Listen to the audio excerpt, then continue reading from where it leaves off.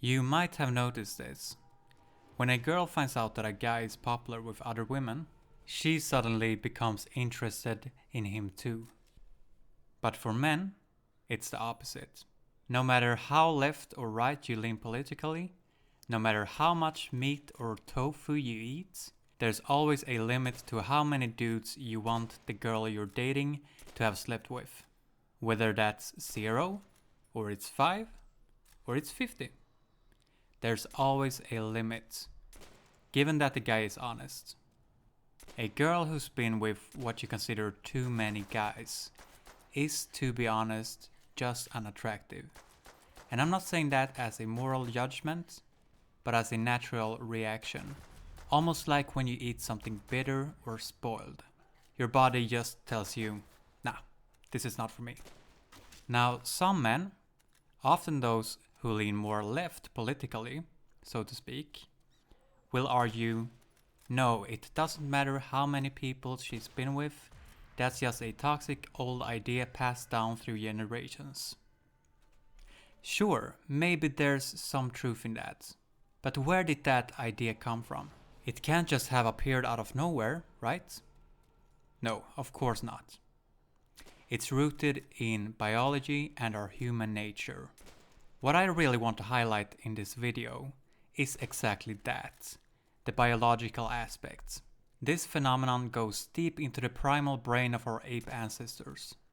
The first reason men are naturally turned off by a woman who's been with a lot of men is simple.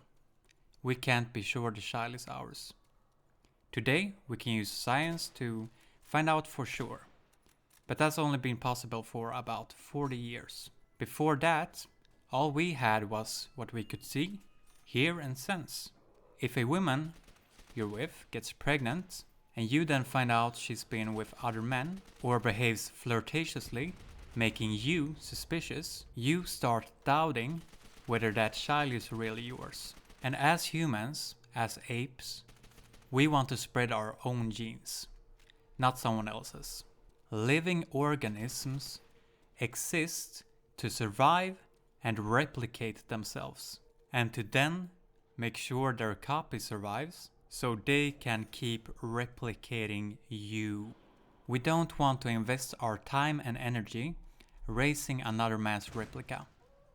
That goes against the biological purpose of life itself. So the first reason is simply that we need to be sure the child is ours. But there are other reasons too. One that might slip through the cracks when you try to analyze this. One is that we often assume there's something mentally off with a girl who sleeps around. And that makes us hesitant to bond with her, since you can't trust her. The reason we think something's wrong is because she's doing something that goes against her fundamental nature.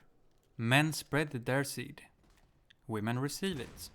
So it's natural for men to sleep around, but unnatural for women to do the same, biologically speaking. Think about it. If a man slept with 3 women every day for a year, he could potentially father over 1,000 children. 1,000 copies of himself. The perfect way to ensure his genetic legacy. But during that same period, a woman could only have 1 child. So you see my point. A man doesn't need to focus on quality when it comes to spreading his genes, because quantity alone can secure his genetic legacy. A woman, on the other hand, has to be extremely selective because she only gets a few chances in her lifetime. This is also why women are drawn to men who are already desired by other women, because that increases the odds that her offspring, especially her son, will be more attractive to women and able to spread her genes further. There's another layer to this too. If other women have already chosen this man, it's logical to assume he must be a good choice, because women are in general very picky. They've already done the vetting for her. The subconscious thought goes, if they want him, he must have valuable traits that my child could inherit. Traits that would help them survive, gain status, and reproduce more.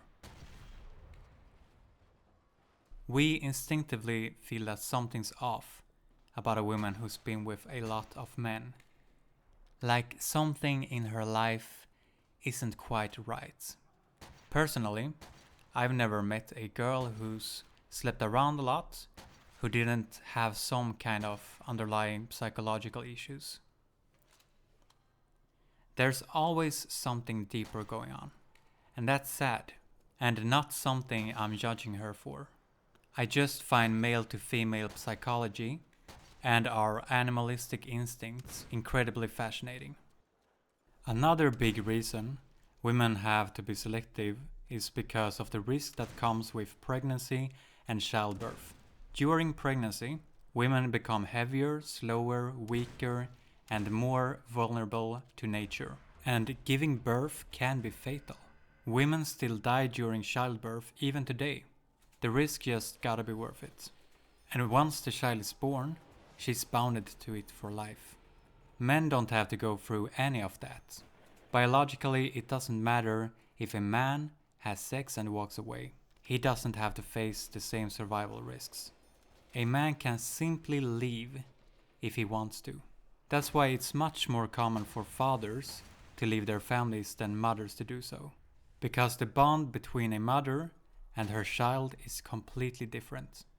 Well, I'm gonna wrap things up for today. There's much more we could dive into here.